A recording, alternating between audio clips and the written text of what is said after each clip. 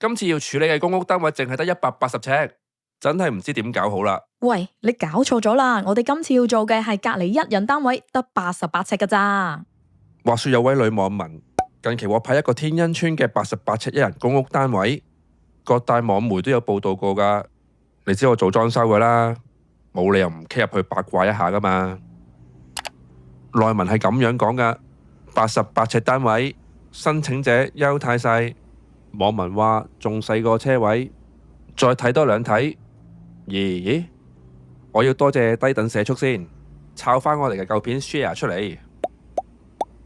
呢個 post 啲留言都幾盞鬼㗎，可惜啊，我冇連登 account 留唔到言，咁唯有剪條片參與一下啦。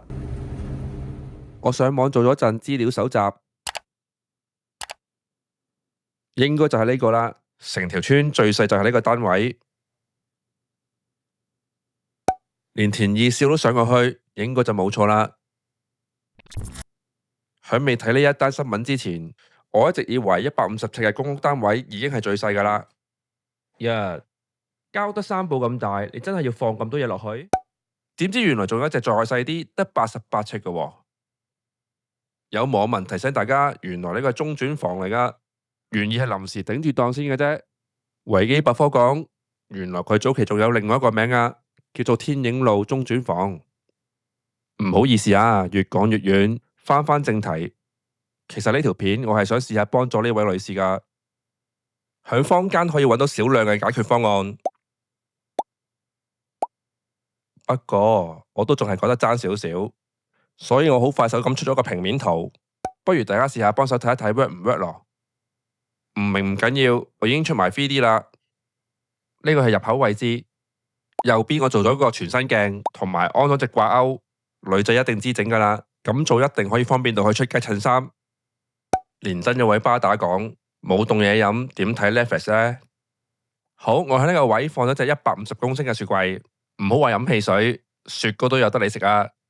雪櫃隔籬仲有一隻全高鞋櫃，呢個設計貪靚嘅女仔一定唔會抗拒啦。呢度有位師兄講公屋得2米1樓底，以我所知係有2米半㗎，所以我做咗個 platform 喺度升高個客廳。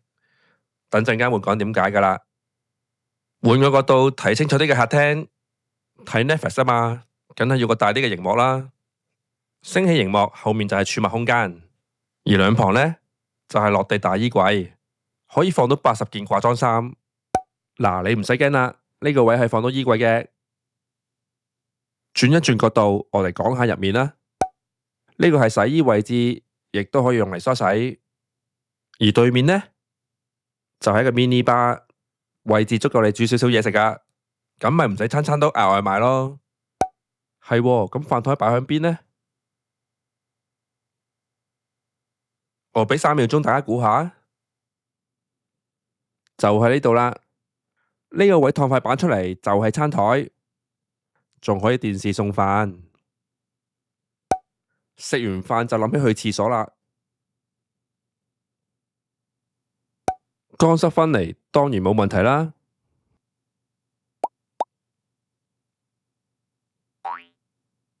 係喎，爭啲留咗張床唔記得講添。